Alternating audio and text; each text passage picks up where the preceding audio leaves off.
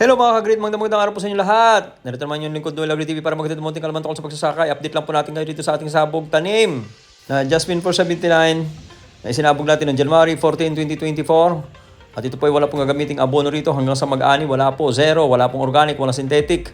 Ito po ay nilusaw lang natin ng bioenzyme, so sobrang lugaw po ang putik. Sa loob lang ng 4 na araw simula nung nirotivate at nag-spray tayo ng bioenzyme ay nagsabog na po agad tayo. So 4 days lang po yung preparation natin. Then after po natin nagsabog, ang lupa po kasi masyadong masabaw pa, no? So pinatanggal ko muna yung mga sabaw-sabaw ng lupa at hinayaan ko po na lumampas ng 2 araw. So January 16 tayo nag-spray ng pre-emergent herbicide. Ang active ingredient po is Butachlor with Sepener. Or para hindi na po kayo nagtatanong, direct po ang in-spray natin dito sa pre-emergent herbicide na ginamit natin. Then today is January 17, 2024. I-update ko lang po kayo kung ano po ang itsura ng pag ako po nagsabog sa loob po ng 3 araw. Ganito pa lang po ang itsura ng aking seeds. Halos hindi nyo po makakita. Talagang nakalubog po kasi sa putik yan. Ano?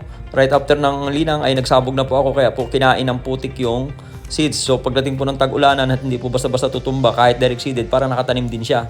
Pero ang isa po talaga dyan is yung nakikita nyo po na madalang na pagkakasabog ng binhi.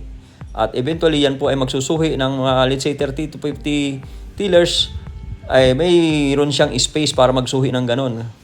Hindi kasi pwede na mag-expect tayo ng suhi, pero ang sabog naman natin ay 3 days pa lang nakikita mo na talagang parang ipinunla.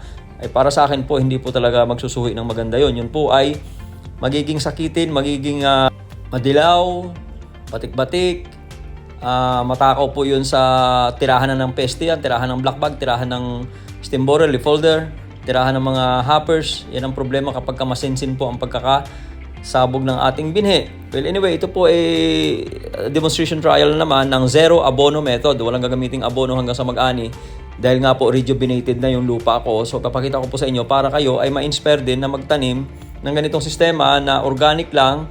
Inaalagaan natin yung lupa, pinaparami natin yung microbes dun sa ating sakahan at tinutunaw natin yung mga biodegradable material at napapakinabangan ng halaman.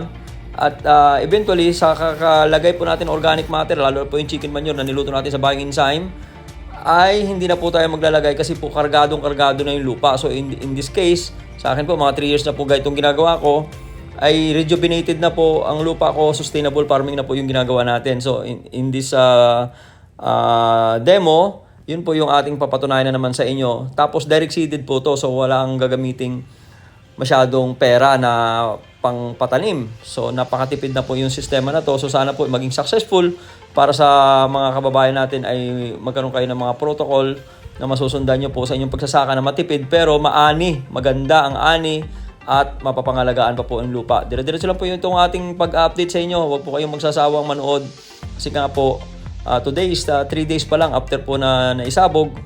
So yung lahat ng mga technology, lalo na po yung pag-spray natin ng pre-emergent herbicide na Butachlor plus Sepener, hindi na po tayo nakagamit ng Sofit, ay at least meron po kayong idea kung paano po ang gagawin ninyo. Doon sa mga nagtatanong kung anong klaseng herbicide, direct po ang ginamit ko rito na pre-emergent herbicide. Although meron po ako mga pinitak dyan na hindi po ginamitan ng pre-emergent herbicide para naman po yun doon sa mga post-emergent herbicide na mga i-demo ko na galing po sa iba-ibang company. So, i-update ko rin po kayo doon. So, yun po yung ating update sa inyo for today.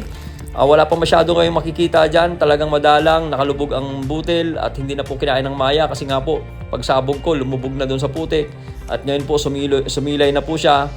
Ang nakontrol po ng pre-emergent herbicide ay yung mga buto ng palay na nandyan.